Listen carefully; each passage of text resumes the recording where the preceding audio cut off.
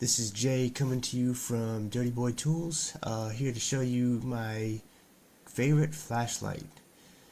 So it is the Coast HP3R. This is the second one I've had. Normally I'd lose flashlights. I've had streamlights before, I've had O-lights, and just lose them. Just, that's how I am. But my first Coast, I really tried to make sure I didn't lose them, because it was about $80 the first time I got one. Coast HP3R. They're a little more expensive, but it was a very good quality flashlight. I ended up losing that one after about a year. Just picked this one up recently, and I just remembered exactly why I loved it so much. This one's actually improved from the older model. So I got it in blue to match my key bar. It kind of matches, sort of. I don't know. Either way, I thought it looked nice. It's got 3 different bright settings on. So it's got your regular setting, it's got your brightest setting, and it's got your low dim setting. I work in a manufacturing plant inside of machines, and this is what I end up using the most. But honestly, this would probably work the best. I'm too lazy to click it 2 more times to get to this setting. But the brightest setting is 385 lumens, I think. I really don't need it for that. Maybe if I'm camping or outside, that's a different story. But for what I use it for, that's too bright, and honestly, that'll just reflect off of parts of the machine and give me a headache.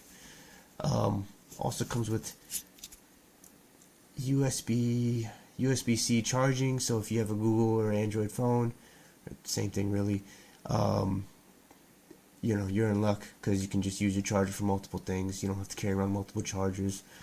When I had Streamlights, I had a different charger than my phone charger, and that was just annoying. Comes with a nice little O-ring, so it ends up holding pretty tight. Takes a little bit of effort to, pull it out. It won't just slip out. One upgrade I like about this Coast HP3R that I didn't have on my old one is the button. I didn't like it at first, but the button is, kind of see it, it's not sticking out. It's not sticking out at all. So it's annoying because you can't really take your thumb and do this, right? You'd have to take your finger and kind of dig in there. And if you have fat fingers, I really don't know what to tell you. But this feature saves me a lot of battery power.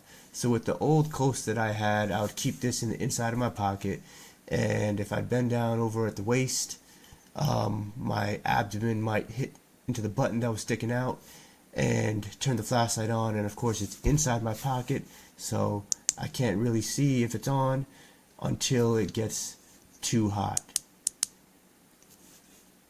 And when it gets too hot, I'll start to feel it, then I turn it off, and I'm just wasting a battery and I have to charge it again. With this new button, I find that I have to charge my flashlight a lot less frequently, so I do like it, I do prefer it. These also come with bite caps. They're little rubber pieces. I don't have it with me because I just don't use them. The little rubber pieces, you put it on and then you can hold it in your mouth and bite down. I don't have it because I try not to, put things that I use in the factory in my mouth, because that's disgusting. However, I'll be honest, there are situations where I do have to put this in my mouth and hold it that way, in which case I wish I did carry the bite cap. I don't carry them though. It's just a little bit extra, and I'd rather, keep my pockets as empty as I can. But overall, Coast HP3R, I'm sorry, good flashlight. I got it, I think, on sale for a little over $50 on Amazon. Maybe it'll go back down there again, but usually it's around 80. Very useful, and again, I've used the Streamlight pen lights. I've used the O-light flashlights. This is my favorite.